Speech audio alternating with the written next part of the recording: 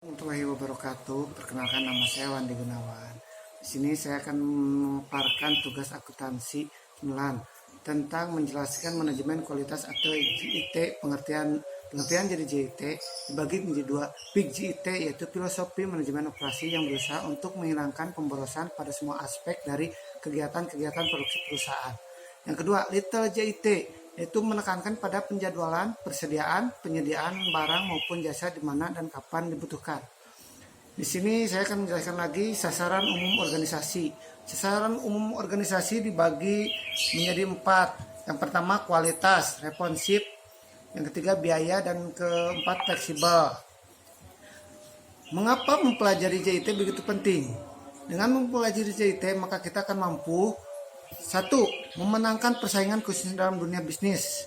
Kedua, akan membantu mengatasi berbagai kualitas organisasi atau perusahaan seperti dalam industri di Amerika seperti mengalami kesulitan dalam menghemat sumber daya dan yang ada karena memang sumber daya tersebut cenderung berlimpah dibandingkan perusahaan di Jepang. Oleh karena itu perusahaan di Amerika lebih menekankan pendekatan just in case daripada just in time. Kita dapat memperbaiki kualitas, produktivitas, dan pelayanan kepada pelanggan dengan menghilangkan pemborosan. Di dalam JIT setidaknya terdapat 8 kunci yang harus dijadikan perhatian sebagai dasar pelaksanaan JIT pada sebuah perusahaan. Yang pertama, menghasilkan produk yang sesuai dengan jadwal yang didasarkan pada permintaan proses. Kedua, memproduksi dalam jumlah kecil. Ketiga, menghilangkan pemborosan.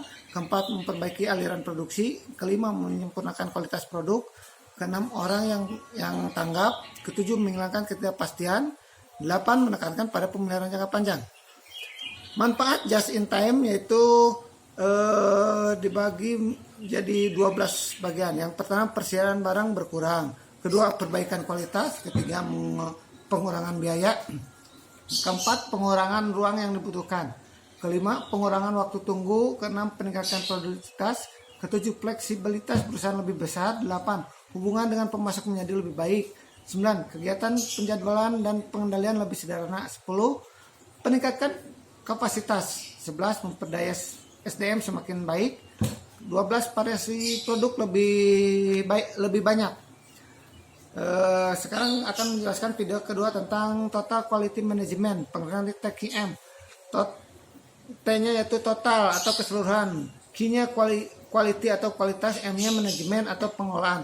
Dalam pelaksanaan TQM setidaknya ada 8 budaya yang saling mengintegrasi, tidak bisa terlepas satu sama lain, terus terpenuhi dalam sebuah organisasi atau perusahaan. Yang pertama, komunikasi terbuka. Kedua, pemberdayaan. Ketiga, pencegahan kesalahan. 4, fokus eksternal. Kelima, kesesuaian terhadap kualitas. 6, perubahan dan perbaikan secara terus menerus. 7, hubungan kerjasama. 8, penyelesaian masalah hingga akar masalah. Elemen penting dalam TQM dibagi menjadi 7. Yang pertama, kepentingan dan komitmen. 2, keterlibatan penuh seluruh karyawan. 3, perencanaan yang baik. 4, strategi pelaksanaan. 5, pengurangan dan evaluasi. 6, pengendalian dan perbaikan. 7, mencapai dan mempertahankan kesempurnaan. Hambatan dalam penerapan TQM dibagi menjadi 6. Yang pertama, bila filosofi TQM dipandang sebagai suatu kegiatan membutuhkan waktu. 2, bila filosofi TQM diterapkan dalam suatu lingkungan yang birokratis. 3, bila filosofi TQM dipandang sebagai suatu program yang dilaksanakan secara formal. 4, bila filosofi TQM dilaksanakan secara kaku. 5, filosofi TQM dipandang tidak berhubungan dengan orang atau personel. 6, bila filosofi TQM hanya dilakukan untuk kelompok ahli atau spesialis. Demikian penjelasan dari saya. Assalamualaikum warahmatullahi wabarakatuh.